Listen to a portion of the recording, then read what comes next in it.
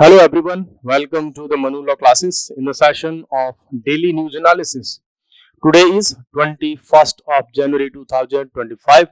I am Naresh Sharma going to discuss with you the current affairs of the day. First of all, we are going to have some questions relevant for your examination और ये वो issues हैं जो कि current में कहीं ना कहीं न्यूज में रहे हैं. ये क्वेश्चन है which organisation released the global risk report 2025. So कौन ऑर्गेनाइजेशन है जिसने इस रिपोर्ट को पब्लिश किया है? सो सिंपली ये ऑर्गेनाइजेशन है वर्ल्ड इकोनॉमिक फोरम. और वर्ल्ड इकोनॉमिक फोरम जिसको हम WEC बोल देते हैं, तो WEF है ना. तो वर्ल्ड इकोनॉमिक फोरम की ये रिपोर्ट आती है जो कि रिस्क के रिगार्डिंग होती है.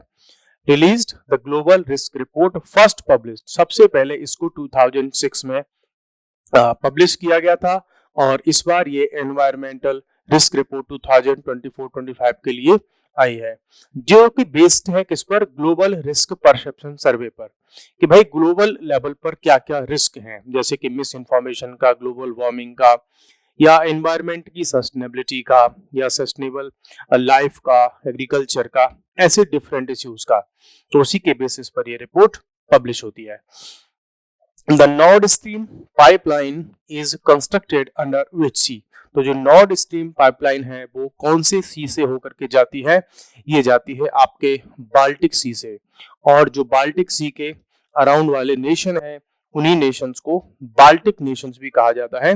रिसेंटली इसमें एक ब्लास्ट हुआ था जिसकी वजह से बहुत सारी गैस इसमें से रिलीज हुई थी, जो कि बायोडाइवर्सिटी के लिए, स्पेशली एक्वेटिक बायोडाइवर्सिटी के लिए बहुत ज्यादा ये हार्मफुल थी.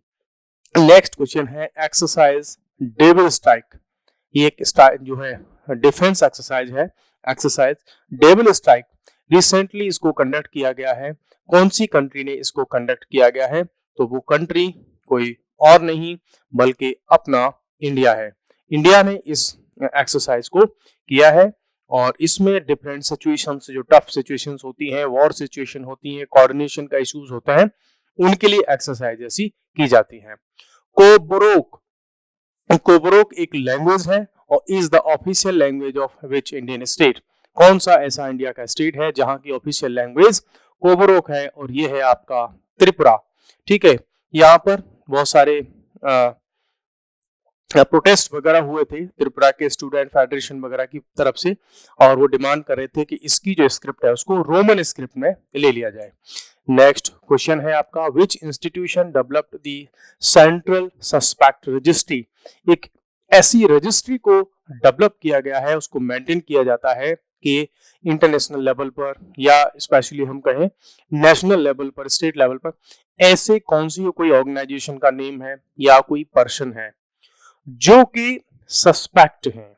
इट मींस उन पर शक है कि ये ऑर्गेनाइजेशन या ये पर्सन किसी इलीगल एक्टिविटी में इन्वॉल्व होते हैं. तो ऐसी एक रजिस्ट्री जो है बनाई गई है, वो है Indian cyber crime coordination centre. ये इसको सबको क्या करता है? मैनेज करता है. जो होते हैं ना इस साइबर वर्ल्ड में जो फ्रॉड होते हैं, तो उनकी एक रजिस्ट्री प्रिपेयर हो रही है. और जैसे ही उस किसी ऑर्गेनाइजेशन या पर्सन या कोई मोबाइल नंबर या कोई वेबसाइट या IP एड्रेस, वहां से जब भी कुछ इलीगल होता है तो उसका रिकॉर्ड इसके पास में जो है कलेक्ट होता जाता है और धीरे धीरे उन पर फिर एक्शंस स्टार्ट हो जाते हैं. अब हम चलते हैं आज की एक इंपॉर्टेंट न्यूज पर. वो है Trump takes oath as 47th president of the United States of America. 47th president बने हैं ये. ठीक है, आपके लिए मैं क्वेश्चन देता हूं कि USA के फर्स्ट प्रेसिडेंट कौन थे? ये आपको देखना है, सर्च कर लीजिएगा. ठीक है, ऐसे क्वेश्चंस रिपीट होते हैं. उन्होंने कल ही 20th जनवरी को इसको अपनी प्रेसिडेंट पोस्ट की जो ओथ है उसको लिया. यहाँ आप पर डोनाल्ड ट्रंप आपको दिखाई दे रहे हैं. यहाँ इनके पीछे खड़े हुए हैं जो फॉर्मर प्रेसिडेंट ऑफ USA हैं, that is mister Joe Biden. ये भी यहीं पर खड़े थे. इन्होंने अपनी जो स्पीच दी वो काफी फायरी थी, मीन्स एकदम जोश से भरी हुई, आग लगाने वाली इनकी स्पीच थी. और इन्होंने कहा कि अब मैं आ गया हूं तो अमेरिका की गोल्डन एज स्टार्ट हो चुकी है. दूसरा, ट्रंप ने रेफर किया 20 जनवरी को, क्या कहा? Liberation day. देखो, इंडिया में लिबरेशन डे हम मनाते हैं मोस्टली, वही इंडिपेंडेंस डे। तो ये कह रहे हैं कि हम इस 20 जनवरी को अब क्या है, ये लिबरेशन डे है, क्योंकि अब ट्रंप आ चुके हैं और जो बाइडेन जा चुके हैं। तो पहली वाली जो सरकार वो हट गई, न्यू गवर्नमेंट बन गई है, तो अब लिबरल जो है लिबरेशन हो गया अमेरिका का। और इन्होंने कहा कि अमेरिकाज डिक्लाइन इज ओवर। बोला जो अमेरिका का डिक्लाइन हो रहा था, उसका डाउनवर्ड जो है मूव हो रहा था, अमेरिका नीचे गिरता जा रहा था, वो बंद हुआ। अब अमेरिका फिर से ऊपर उठेगा। उन्होंने कहा America would reclaim its position as the greatest. बोला भैया अमेरिका की जो पोजीशन है उसको हम फिर से प्राप्त करेंगे। अमेरिका को क्या माना जाएगा, greatest, most powerful and respected nation on earth. बोला भैया सबसे पावर हम ही होंगे पावरफुल, सबसे ज्यादा रेस्पेक्ट हमारे अमेरिका का होगा, और दूसरा हमारा देश ही सबसे ज्यादा ग्रेट होगा। ये कुछ ऐसा दिख रहा है कि ये बहुत ज्यादा अपने आप को सुपीरियर समझने लग गए हैं अमेरिका के लोग, है ना। उनको लगता है कि वर्ल्ड में बस एक ही कंट्री पावरफुल है और सब कुछ वही चलाएगा इस दुनिया में। Trump return to the White House with a strong man persona. भाई उनको ये तो माना जाता है कि जो ट्रम्प है वो काफी स्ट्रॉन्ग पर्सन है, वो दबते नहीं है और अपनी बात को फियरलेसली रखते हैं। इस बात के लिए उनको जाना जाता है वहां की पॉलिटिक्स में। और अब वो कहते हैं कि and vowed to reset US policies. US की जो पॉलिसीज अब तक चले थे उनको रीसेट करेंगे, और वो भी कैसे, एग्रेसिवली इनको हम चेंज करेंगे उन पॉलिसीज को। कौन कौन सी पॉलिसीज, इमिग्रेशन, टैरिफ और एनर्जी, इन तीनों पर हम एग्रेसिवली काम करेंगे, वर्ल्ड के किसी के भी दबाव में, प्रेशर में नहीं आएंगे।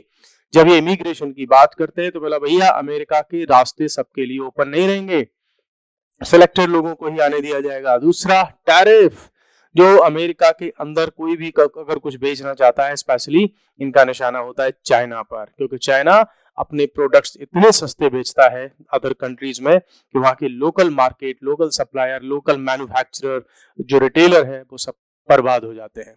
तो ये उनका निशाना, इशारा उन्हीं की तरफ है। दूसरा इन्होंने एनर्जी की बात की है।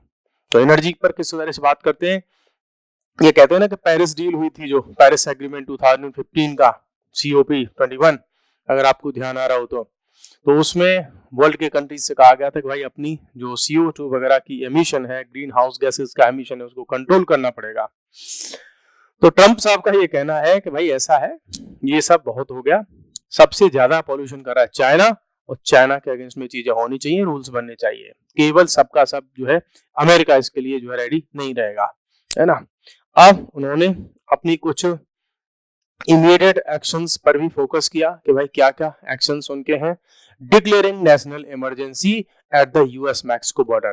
बोले अब इन्होंने तुरंत स्टार्ट कर दिया क्या कि यूएसए और मैक्सिको का जो बॉर्डर है उस पर नेशनल इमरजेंसी लगा दी। वही जैसे कि इंडिया में होती है नेशनल इमरजेंसी, वैसे ही इन्होंने ये जो बॉर्डर रीजन है, ये इधर आपका यूएसए हो गया, इधर आपका मैक्सिको हो गया, है ना। तो इनके बीच में इस रीजन से क्या होता है, बहुत सारा इलीगल इमिग्रेशन होता है। लोग यहाँ पर पहुंच जाते हैं क्योंकि पावर मींस एक रिच कंट्री है यूएसए, तो यहाँ की गरीबी मिटाने के लिए लोग यहाँ पर पहुंच जाते हैं, है ना। और यहाँ पहुंच जाते हैं तो यूएसए में फिर बहुत ज्यादा पॉपुलेशन इंक्रीज हो रही है, गरीबी बढ़ जाती है, रिसोर्सेज पर प्रेशर बढ़ता है, क्राइम बढ़ता है, क्योंकि ये जो लोग इधर पहुंच जाते हैं इनके पास ना कोई डॉक्यूमेंट होता है, क्राइम वगैरह करके वापस भी आ जाते हैं कई बार। तो इस रीजन को बोल दिया यहाँ रहेगी इमरजेंसी, मींस या मिलिट्री संभालेगी सारा का सारा कुछ, और यहाँ आप किसी को अंदर नहीं आने दिया जाएगा। दूसरा उन्होंने कहा कि renaming the Gulf of Mexico to the Gulf of America. बोला ये जो रीजन है इसका नाम गल्फ ऑफ मैक्सिको नहीं रहेगा, अब इसका नाम हो जाएगा गल्फ ऑफ अमेरिका। समझ रहे हो, हालांकि ये मैक्सिको कंट्री है, उसके रीजन में सारा का सारा आता है, लेकिन ट्रंप का कहना है कि नहीं, ये गल्फ ऑफ मैक्सिको नहीं रहेगा, अब ये रहेगा गल्फ ऑफ अमेरिका, क्योंकि भैया हम इस देश के सबसे मींस हम इस कॉन्टिनेंट के सबसे पावरफुल कंट्री हैं और हमारे नाम पे इस गल्फ का नाम होगा। दूसरा उन्होंने कहा taking back the Panama canal. जो पनामा कैनाल है ना, ये जो पनामा कैनाल है, पहले आप समझ लीजिए कि पनामा कैनाल है क्या।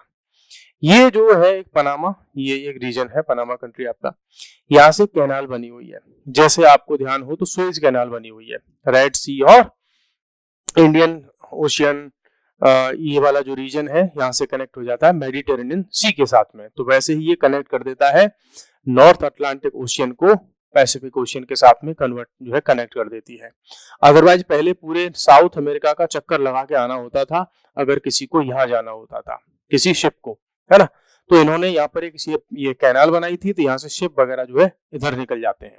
यूएसए का मीन्स अब ट्रंप का ये कहना है ये जो हमने पनामा कैनाल इसको दे रखी थी, पनामा को कंट्री वगैरह को इसी एरिया को हमने सौंप रखी थी, बोला इसको हम वापस ले लेंगे।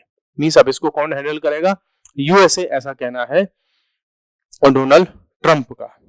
ठीक है, नेक्स्ट अब हम चलते हैं in terms of immigration. Trump stated, उन्होंने इमिग्रेशन पर क्या कहा उन्होंने कि भैया जितनी भी इलीगल एंट्री है वो तुरंत की तुरंत बंद कर दी जाएगी एकदम से। प्लस और क्या होगा, जितने भी अमेरिका के अंदर, यूएसए के अंदर क्रिमिनल्स आ गए हैं बाहर के, उन सबको बाहर फेंक दिया जाएगा उठा करके। Troops will be sent to the southern border, south का जो बॉर्डर है मैक्सिको वाला रीजन, जिसको हम कई बार बोलते हैं डंकी रूट, है ना, एक मूवी भी आई थी इस पर।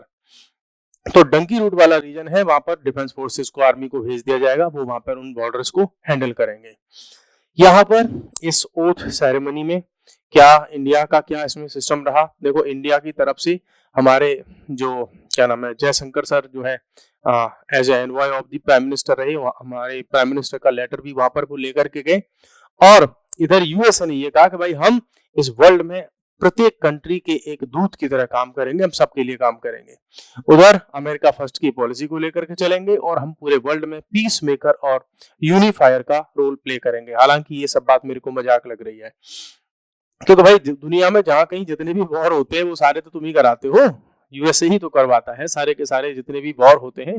कहीं भी पीस होती है तो इनकी डिफेंस इंडस्ट्री जो है, जो वेपन्स बेचने की इंडस्ट्री है, वो इनकी डाउन होती है। इसीलिए पूरे वर्ल्ड में कहीं ना कहीं वॉर चलते रहना चाहिए, किसी एक पार्टी को ये अपने जो वेपन्स होते हैं वो बेचते रहते हैं। तो भलाई तुम भाई देश में, इसमें वर्ल्ड में क्या पीस एस्टेब्लिश करोगे, चारों तरफ तो तुमने ही हंगामा क्रिएट कर रखा है। फिर उन्होंने कहा कि declare that American dream would thrive like never before, बोला अमेरिका के लोगों का जो ड्रीम है, सपना है, वो अब बहुत तेजी से आगे बढ़ेगा जैसा पहले कभी नहीं हुआ। Trump announced plans to stop censorship, बोला भाई जो फ्री स्पीच पर पहली गवर्नमेंट ने सेंसरशिप लगा रखी थी उसको हम हटा देंगे और सबको फ्री स्पीच का राइट रहेगा, आप जो चाहे वो मीन्स इजिली आप बोल सकते हैं। डाइवर्सिटी से रिलेटेड चीजों पर भी काम करेंगे ये कि भाई कंट्री में डाइवर्सिटी बढ़े, जेंडर आइडेंटिटी पॉलिसीज हैं उनको भी रिफॉर्म करने की कोशिश करेंगे। जैसे कि उन पर इशारे में कह दिया यूएसए की ऑफिशियल पॉलिसी जो जेंडर पर है, बोला हम केवल 2 ही जेंडर को मानेंगे और वो होगा मेल और फीमेल। तो ये इनडायरेक्टली ये कह रहे हैं कि भाई जो हो रहा है ना कि मेल मेल की शादी, फीमेल फीमेल की शादी, उसमें थर्ड जेंडर, फोर्थ जेंडर, है ना, LGBTQ, ये बोला ये सब हम नहीं मानने वाले, 2 ही पॉलिसी हमारी रहेंगी गवर्नमेंट की तरफ से। He also vowed to end government efforts to socially engineer race and gender in public and private life, बोलो जो पब्लिक लाइफ है पर्सन की, जो प्राइवेट लाइफ है उसमें हम ज्यादा इंटरफेयर नहीं करेंगे, गवर्नमेंट उसमें ज्यादा इंटरफेयर नहीं करेगी। या वर्ड यूज कर रहे हैं सोशल इंजीनियर। क्या है सोशल इंजीनियरिंग, जब गवर्नमेंट सोसाइटी में रिफॉर्म्स लाने के लिए, चेंजेस लाने के लिए एफर्ट करती है तो उसको सोशल इंजीनियरिंग कहा जाता है।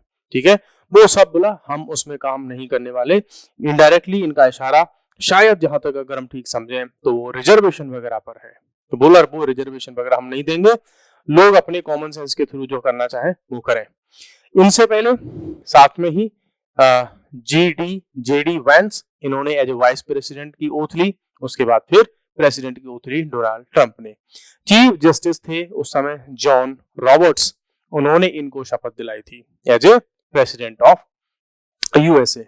तो यहाँ पर 2-3 चीज ध्यान रखने वाली है कि नए प्रेसिडेंट कौन है, बाइबल की इन्होंने शपथ ली और उसी बाइबल से इन्होंने ओथ लिया जिससे अब्राहम लिंकन ने ली थी, है ना, जो फैमिली बाइबल होती है छोटी सी, उससे इन्होंने अपनी ओथ ली। External affairs minister Jaishankar sir, ये इंडिया के एनवॉय वहां पर रहे।